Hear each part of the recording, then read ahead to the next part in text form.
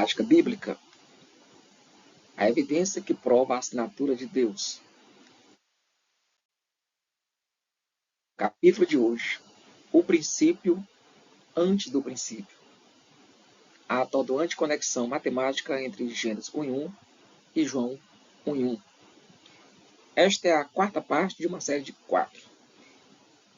Não significa que nós só temos 4 vídeos sobre matemática bíblica. Se você chegou agora, certo? Não é bem assim. Este aqui é o capítulo 45 da nossa série sobre matemática bíblica. Mas dentro dessa série, nós temos outras pequenas séries quando nós juntamos algum tema mais específico, ligando com a ligação mais íntima. Aqui nós estamos agora abordando a conexão entre João 1:1 e Gênesis 1:1.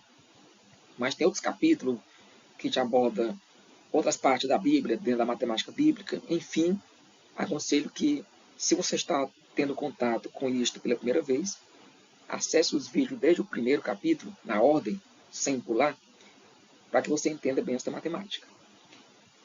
Bom, o capítulo de hoje, confesso que ele me deu um trabalho para elaborar, porque não é fácil explicar certos conceitos em pouco tempo. Principalmente para sabermos que a maioria da população brasileira não tem muita intimidade com a matemática. A verdade é esta. Quando se fala em matemática, parece que nós estamos falando de um demônio.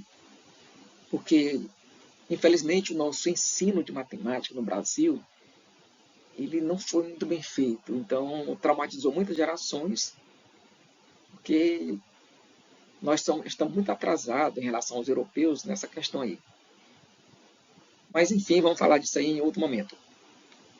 O vídeo, vamos tratar de algumas coisas da matemática que são um pouco complexas, mas eu só quero que você compreenda que essa matemática que eu vou apresentar, ela é mais uma prova de que a Bíblia não pode ter sido um livro simplesmente criado pelo homem. Porque as coisas que tem na Bíblia são muito complexas, as conexões matemáticas são muito complexas. Então, mesmo que você não entenda perfeitamente a matemática que vai ser apresentada hoje, mas no final você vai estar consciente de que realmente não tem como o homem ter feito isso. Vamos lá. Conexão matemática 7. Nós estamos falando de 7 conexões matemáticas profundas entre a primeira frase do Gênesis e a primeira frase do Evangelho de João. E nessa 7ª conexão, vamos falar sobre as maravilhosas constantes matemáticas. Sim, mas o que são constantes matemáticas? São números, medidas, que, como o nome diz, constantes, não mudam, são eternas. Os homens não inventaram, descobriram.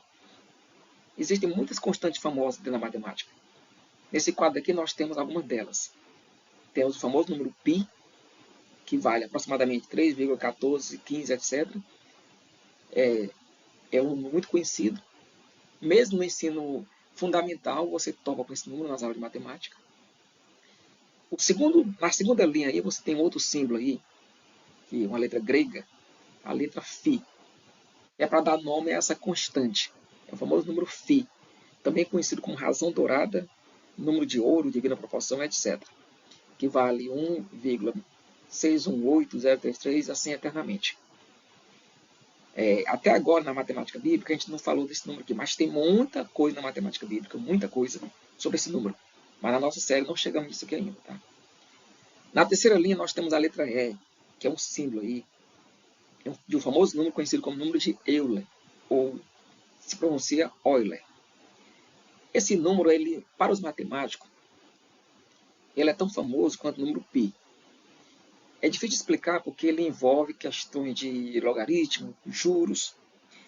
O fato é que esse número é uma constante que não muda. 2,71828, assim por diante, eternamente. Aí temos a constante de raiz quadrada de 2, raiz de 3, temos o número gama. Enfim, só que no estudo de hoje, eu quero chamar a sua atenção para 2 dessas constantes aí. A primeira e a terceira. O número π e o número de Euler. Vamos lá. O número π é a mais famosa das constantes matemáticas, sem sombra de dúvidas. E já calcularam, hoje na era da computação, já programaram computador para calcular o maior número possível de dígitos do π, está na casa aí de bilhões, e é infinito. E por que os homens ficam calculando para saber? É porque é um número que é aleatório, é 3,1415,9, e alguém acha que em algum momento ele vai zerar. Só que até agora ninguém descobriu isso. Mas enfim, o π ele é representado pela letra grega π, que está aqui na tela aqui. E qual é a origem desse número? Se você pega qualquer círculo, olha como é interessante, qualquer círculo, se você dividir o perímetro ou a circunferência do círculo pelo seu diâmetro, o valor tem que ser 3,14 assim por diante. Qualquer círculo, do tamanho que seja. Se você pega uma bacia, vai dar o mesmo valor. Se você pega uma moeda, vai dar o mesmo valor. Se você pega um botão, vai dar o mesmo valor.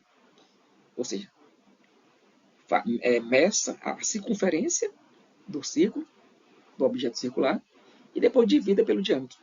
Vai dar 3,14. E dependendo do espaço da sua calculadora, 3,14, 15, 9, 2 e assim por diante. Este aqui é o π. Então ele não é difícil de se explicar. Agora, meu amigo, esse número Euler, eu não sei explicar ele. Eu só sei que ele vale 2,71828 e assim por diante. Mas ele é muito complexo.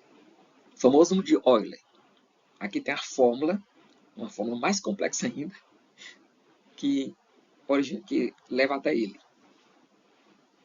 Bom, esses números, essas constantes, não foram os homens que inventaram.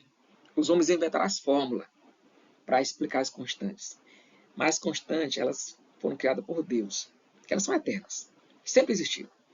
Na verdade, não foram criadas, elas existem desde que Deus existe. Então elas fazem parte de Deus, natureza divina. É difícil explicar isso, mas a matemática ela não é inventada, não é criada, ela é descoberta. Os homens vão descobrindo que faz parte de Deus, tem a ver com a mente de Deus. Enfim, aqui nós temos o número Euler. E aí nós temos aqui o número π, que vale 3,1415 eternamente, e o número de Euler, 2,718 eternamente. Duas das constantes mais usadas pelos matemáticos. Aí você assim, mas o que é que isso tem a ver com essa série sobre matemática bíblica? Vamos já descobrir. Observe essa fórmula simples. A vezes B, dividido para C vezes D. E aí o que queremos com isso? Digamos que A represente a quantidade de letras de uma frase. B represente o produto dessas letras, ou seja, elas multiplicadas por elas. C representa a quantidade de palavras da frase. E D representa o produto das palavras, a palavra multiplicada por elas mesmas. Aí vamos dividir um grupo pelo outro. Para ficar mais claro, vamos usar como exemplo a primeira frase da Bíblia, João 1:1.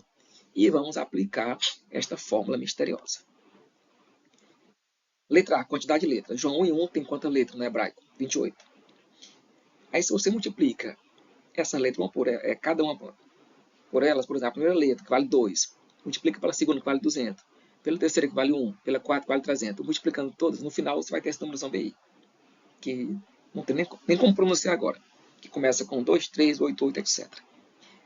Pois é, aí está a prova aqui embaixo, multiplicando as 28 letras de Gênesis 1, os valores delas, nós temos esse valorzinho em frente.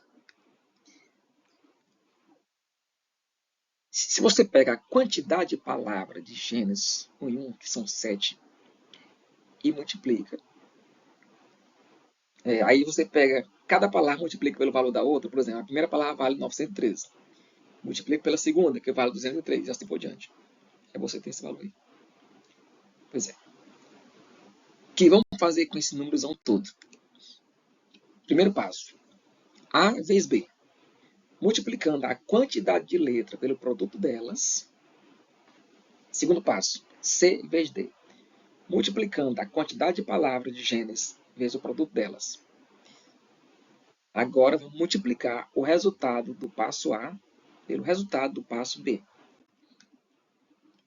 Aliás, vamos dividir. Dividindo o resultado da multiplicação do total de letras pelo produto delas, dividindo pela quantidade de palavras pelo produto delas, tem esse valorzinho bem aí, que começa com 3, 1, 4, 1, 5. Já vimos esse númerozinho antes. Onde? Os 5 primeiros dígitos do número π. Olha que interessante. Se você multiplica o total de letras de Gênesis 1 pelo produto delas e divide pelo total de letras vezes o produto delas, ou total de palavras vezes o produto delas, o número que aparece, os 5 primeiros dígitos coincide com os 5 primeiros dígitos do número π. Seria só uma coincidência, não é não? Se nós usarmos a mesma fórmula com o João 1 em 1, a mesma fórmula, a quantidade de letras vezes o produto delas, tá aí, certinho, é matemática, não tem como errar isso aqui, se você usar a fórmula certa. Aí você pega a quantidade de palavras vezes o produto delas. Aí vamos para o terceiro passo. A quantidade de letras de João 1 em 1 vezes o seu produto, dividido pela quantidade de palavras vezes o seu produto, terem como resultado um número que começa com 2718. Já vimos esses números aqui antes. Olha só, os 4 primeiros dígitos do número de Euler. Olha, o que é que nós estamos vendo aqui, meus amigos? Como eu disse, essa matemática aqui é complicada, mas eu não pude deixar de apresentá-la para vocês. Depois você pode se aprofundar com mais calma. O que é que nós temos aqui? Primeiro, Gênesis 1 em 1 e João 1 em 1 tem uma clara conexão temática, o princípio das coisas. Segundo, eles têm uma clara conexão geométrica. O triângulo de Gênesis se encaixa com o trapézio de João. Eles têm uma clara ligação matemática. A gente viu aquela série de números de código de João que combina com Gênesis, o nome de Moisés com João. Fabuloso. E, como se não bastasse, duas das constantes matemáticas mais famosas, de alguma forma estão conectadas com João 1 e Gênesis 1, usando a mesma fórmula. Isso que é interessante. Aqui, se fosse manipulação, eu usaria uma fórmula diferente em Gênesis e outra diferente em João. Não, eu usei a mesma fórmula. Só muda os valores, porque em João é um e em Gênesis são outro, mas a fórmula é a mesma. Usando aquela fórmula em Gênesis, o total de letras vezes o produto delas, dividido pelo total de palavras vezes o produto delas. O número que aparece, os 5 primeiros dígitos, é igual ao número de π, os 5 primeiros dígitos. Já em relação a João, o total de letras vezes o seu produto, dividido pelo total de palavras vezes o seu produto, o número que aparece, os 4 primeiros dígitos do número de Euler. Será uma coincidência? Mas ou será que foi planejado? Agora, veja bem, se isto foi planejado, meus amigos, como é que os homens tiveram condições de planejar uma coisa dessa? Porque esses cálculos nós estamos descobrindo agora, com a era da computação, os estudiosos estão estudando a Bíblia, usando o computador, calculando palavras, fazendo conta. Aqui nós temos operações que só são possíveis pelo computador. 100 anos atrás não era possível esses cálculos. E como é que 1500 anos antes de Cristo, Moisés pode ter feito isso? Há uma explicação para isso? Eu creio que a explicação mais plena é aquela que Deus inspirou os homens a escrever a sua palavra. Como diz no livro de Números, capítulo 23, versículo 23, uma exclamação de Moisés, bem admirado. Ou de Moisés não, da pessoa que escreveu esse texto aqui, não sei se foi Moisés, mas alguém disse o seguinte: que coisas Deus tem feito. Algumas traduções dizem: veja as maravilhas que Deus tem feito. Pois é, eu creio que a matemática bíblica faz parte dessas maravilhas. Até o próximo capítulo, se Deus quiser, com novas temáticas dentro da matemática bíblica.